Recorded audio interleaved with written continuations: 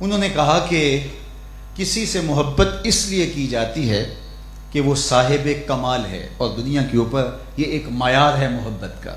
اگر یہ سبب ہے محبت کا کہ کوئی صاحب کمال ہے تو آئیے اس سے پیار کیجئے۔ بلغ العلا بکمالہ، جن کے کمال و منزلت، جن کی شان و رفعت کا عالم یہ ہے کہ کسی کا تصور بھی نہیں پہنچ سکتا جہاں محمد عربی کے قدم پہنچ گئے صلی اللہ علیہ وآلہ وسلم۔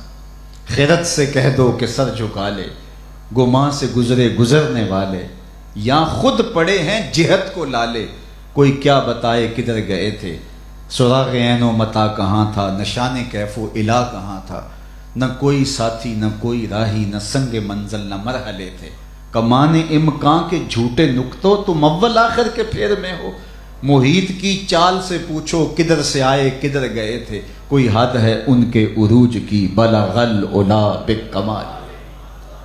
ہمارے درس نظامی کے نصاب میں داخل نصاب کتاب ہے شرح عقائد نصفیہ، علم کلام پر مشتمل یہ کتاب، اس کی تشریح علامہ عبدالعزیز پرہاروی علیہ رحمہ نے النبراس کے نام سے لکھی۔ اس میں وہ حضرت ابو الحسن رفاعی کا ایک قول ذکر کرتے ہیں۔ وہ فرماتے ہیں میں نے روحانی طور پہ پرواز کی، اور اس میں کوئی انکار نہیں ہے، انسان کی روح پرواز کر سکتی ہے۔ خواب میں ہم کہاں سے کہاں چلے جاتے ہیں۔ اہل اللہ کی روحوں پر اپنی روح کو ہمیں قیاس نہیں کرنا چاہیے۔ تو وہ فرماتے ہیں کہ میں نے روحانی طور پہ پرواز کی، حتیٰ صعدت فی الفوقانیات، یہاں تک کہ میں فوقانیات میں چلا گیا، حتیٰ کہ ایک عرش آیا اسے عبور کیا، دوسرا عرش آیا اسے عبور کیا، 7 لاکھ عرش عبور کر گیا۔ عرش ایک نہیں ہے، عرش بہت سارے ہیں۔ عالم امکان اور عالم وجوب کے درمیان عرش عالم برزخ ہے۔ اللہ جب اس دنیا پہ کوئی تجلیات نازل فرماتا ہے تو پہلے عرش پہ ڈالتا ہے، عرش سے تجلیات چھن کے دنیا پہ آتی ہیں، تب کوئی تاب لا سکتا ہے۔ اگر کوئی ڈائریکٹ آ جائے تجلیات تو کوئی تاب ہی نہ لا سکے۔ یہی بہتر ہے کہ وہ پردے میں روح پوش رہے۔ وہ اگر پردہ اٹھا دے تو کسے ہوش رہے؟ کون ہے کہ ان تجلیات کی تاب لا سکے؟ اور عرش ایک نہیں، بہت عرش ہیں۔ کہتے ہیں 7 لاکھ عرش عبور کر گیا۔ آواز آئی ابو الحسن رفاعی کدھر آ رہے ہو؟ تو میں نے عرش کی مالک معراج کی شب، جس عرش کی چھاتی پہ محبوب کے قدم آئے تھے، میں اس عرش کی تلاش میں نکلا ہوں۔ نہ سفر بشرط معال ہے، نہ طلب بقید سوال ہے، فقط ایک سیری ذوق کو میں بھٹک رہا ہوں کہاں کہاں، میرے دل کی یہ خلوتیں کئی بار سج کے اجڑ گئیں، مجھے بارہا یہ گما ہوا تم آ رہے ہو کشاں کشاں۔ کہا میں تو سرش کی تلاش میں ہوں۔ تو آواز آئی ارجع لا وصول لک، ابو الحسن رفاعی پلٹ جاؤ، تم کروڑوں سال بھی پرواز کرو، جس عرش کی چھاتی پہ میرے محبوب کے قدم آئے ہیں وہاں تمہارا خیال بھی نہیں پہنچ سکتا۔ جس کے قدم اتنے اونچے ہیں اس کا سر کتنا اونچا ہوگا۔ تو کہا اگر کسی سے اس لیے پیار کیا جائے کہ وہ صاحب کمال ہے تو کائنات میں پھر پیار آمنہ کے لال سے کیا جائے کہ ایسا کوئی صاحب کمال پیدا ہی نہیں۔ کسی سے پیار اس لیے بھی کیا جاتا ہے کہ اس نے کوئی احسان کیا ہو اور اس احسان کے بدلے میں آپ اس سے پیار کرتے ہو۔ تو میں آپ کو بتاؤں کہ کائنات میں جتنے احسانات ہمارے اوپر حضور نے کیے ہیں، کوئی اتنے احسانات ہمارے اوپر کیے ہوئے ہیں بھلا؟ ہم تو اپنے وجود میں حضور کی ذات کے محتاج ہیں۔ اگر حضور جلوہ گر نہ ہوتے تو کائنات کو خلعت وجود ہی نہ بخشا جاتا، محمد نہ ہوتے تو اے بندہ پرور، خدا خود ہی ہوتا خدائی نہ ہوتی، یہ کائنات کبھی معرض وجود میں نہ آتی اگر حضور جلوہ گر نہ ہوتے۔ لولاک لما خلقت الافلاک، اس پہ شاہد عدل ہے۔ تو ہم تو ان کے نام کے صدقے سے معرض وجود میں آئے، اور اگر اس لیے کسی سے پیار کیا جاتا ہے تو پھر محبتوں کا مرکز ذات رسالت ماب علی صاحب الصلوات ہونی چاہیے۔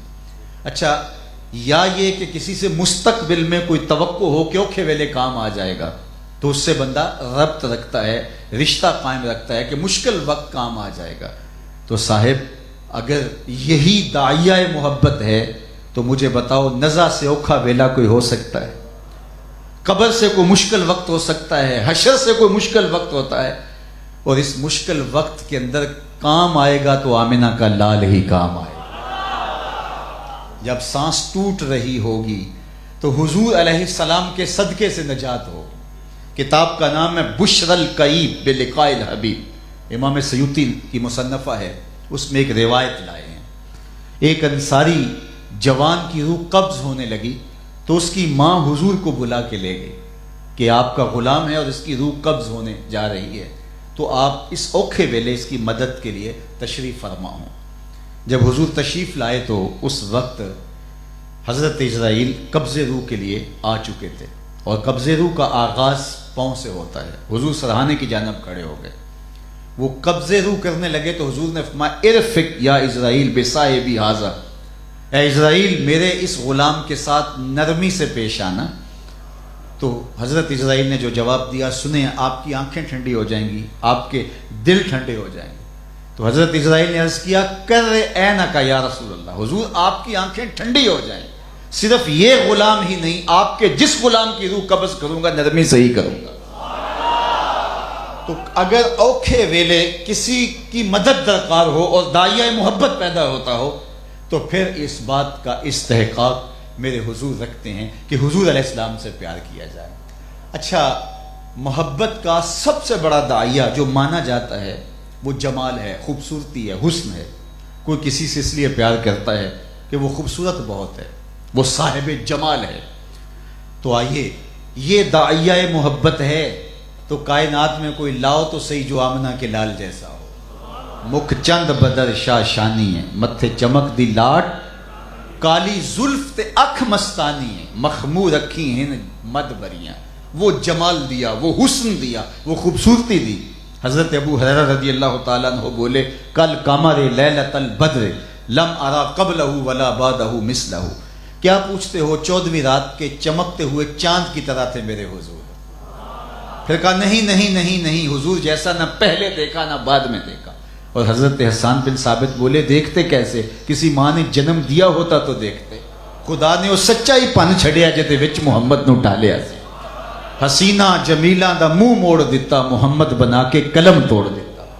پیکری ایسا تراشا، اللہ اکبر۔ جنہوں نے حضور کو دیکھا پھر دیکھتے ہی رہ گئے۔ میں آپ کے سامنے حضرت ابو قرصافہ رضی اللہ تعالیٰ عنہ کی ایک کہانی رکھنا چاہتا ہوں۔ یہ بکریاں چراتے تھے اور حضور کی خدمت میں آ کر کے بیٹھ جاتے، اپنی خالہ کے ہاں مقیم تھے، تو انہوں نے ان کو منع کر دیا کہ تم وہاں نہیں جاؤ گے۔ تو یہ بہت اداس رہنے لگے۔ ایک دن ابو قرصافہ کی والدہ بھی آئی ہوئی تھی تو خالہ بھی موجود تھی، تو انہوں نے اپنی ماں اور خالہ سے کہا کہ میں آپ کو یہ نہیں کہتا کہ مجھے اجازت دی جائے، لیکن میری ایک گزارش ہے کہ ایک بار میرے ساتھ جا کے اس محبوب کو آپ دیکھ لیں، اس کے